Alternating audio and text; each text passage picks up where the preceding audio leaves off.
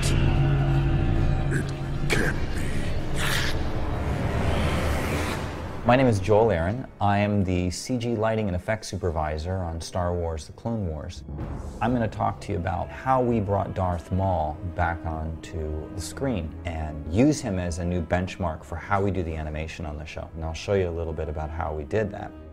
We really needed him to show emotion a little bit more, show the anger in his face, or show the hatred towards the Jedi without turning on a lightsaber. And by doing that, we spent a lot of time with how we modeled him, how his facial rig was built so that the animators had a little bit more freedom to get the expressions that they need. We're starting to put a lot more attention into areas here where we know an influence is going to be, and we knew he'd have a scrunchy nose, like this wrinkle right here. So the same goes with his whole face. We put a lot of detail in with the mouth. So there's a lot more flexibility. We can make every vowel shape and every letter shape. I must have revenge.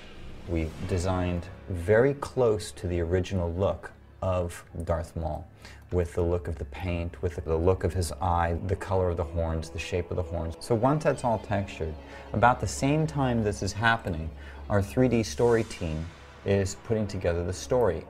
Once this is all locked and we have the whole episode put together, we'll go ahead and animate. And here you can see that same shot again, animated.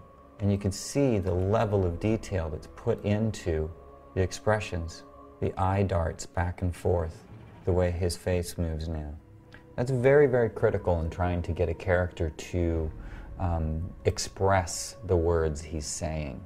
So once the animation is done, what happens next is the lighting. We paint with light, because it's very important to recognize a character based off of its shape. And so what you do is you just put light where it's needed to help pull their shape out from the background and how to let them exist compositionally in frame. My hatred kept my... There's tricks that you can do in lighting that they usually do in live action. And in the case of Darth Maul, we did that a lot with eye spec. When Darth Maul is thinking or wondering, I'll try and keep the eye spec above the 3 o'clock or 9 o'clock position. If you look here, it doesn't make him look as mean or as angry, but then if you move the eye spec down to the 6 o'clock position, you get a more violent look, more demonic.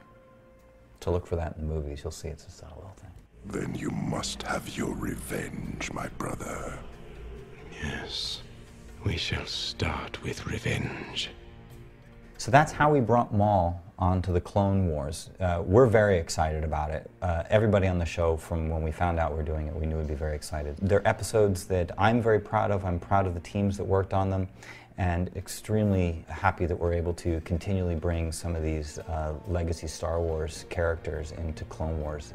It's something that we as fans love to do, and hope you fans enjoy watching it too.